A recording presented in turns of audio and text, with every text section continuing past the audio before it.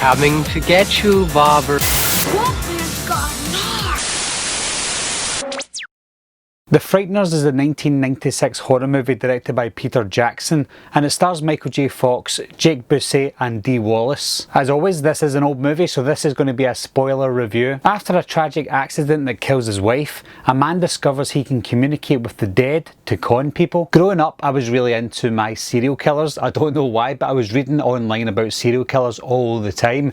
And when I found out about the Frighteners, and then when I watched the Frighteners as well, it's very eerily close to the Charles Starkweather killings when he was a serial killer back in the late 50s. And obviously Charles Starkweather is mentioned in this film quite a few times because Jake Bussey's character is trying to beat Charles Starkweather's score. But when you look at the two cases, they're very similar to each other. Charles Starkweather killed 11 people. He was helped by his 14-year-old girlfriend at the time in 1958. He got the electric chair and he died, and his girlfriend only served 17 years in prison. And that's very similar to the Frighteners with Patricia and Johnny Bartlett in this film. Only difference is this one is a ghost story. When I first seen it, this felt like an episode of Tales from the Crypt or Are You Afraid of the Dark?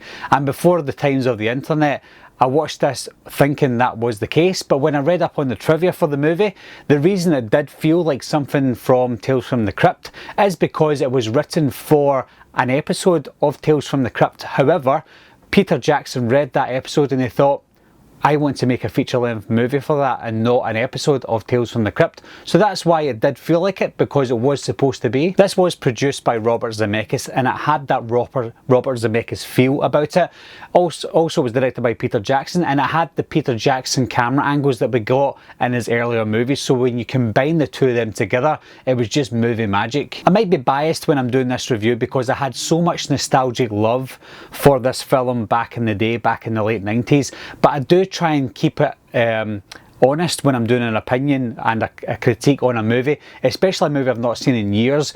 But when I did watch it, the nostalgic factor came back to me. However, when I was watching it, I thought if I was watching this movie today, I would still give it a really good review because it is a really well made movie. When you look at the cast, I was so impressed by the cast.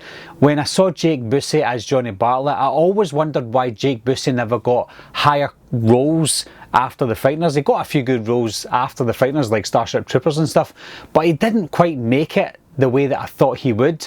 Michael J. Fox as well. Michael J. Fox was absolutely amazing. Back to the Future is my favourite movie, and he reminded me of Marty McFly, and that's a good thing. It's not a bad thing at all. I did read that Michael J. Fox, when he was talking to Judge in the film, he kept on referring to him as Doc instead of Judge. It was obviously an accident and a really good one. Milton Damers, played by Jeffrey Combs. Milton Damers has to be, for me, one of the most iconic characters in horror movie history. One of the most quotable characters in horror movie history. Jeffrey Combs had a great time playing Milton Damers. I think at first when I saw this, I thought, is that Jim Carrey? It looked an awful lot like Jim Carrey, but take nothing away from Jeffrey Combs, this was a very iconic character that he played. Some comedy horrors try their best to balance the comedy and the horror, and a lot of the time it fails because you feel like when we get too much comedy, it feels more like a comedy movie with a little bit of horror elements to it, and the horror side just doesn't work. And if you flip it around, if it's got a horror movie with a little bit of comedy in it, it doesn't work because there's not enough comedy. I think what Peter Jackson gave us was the right amount of horror and the right amount of comedy.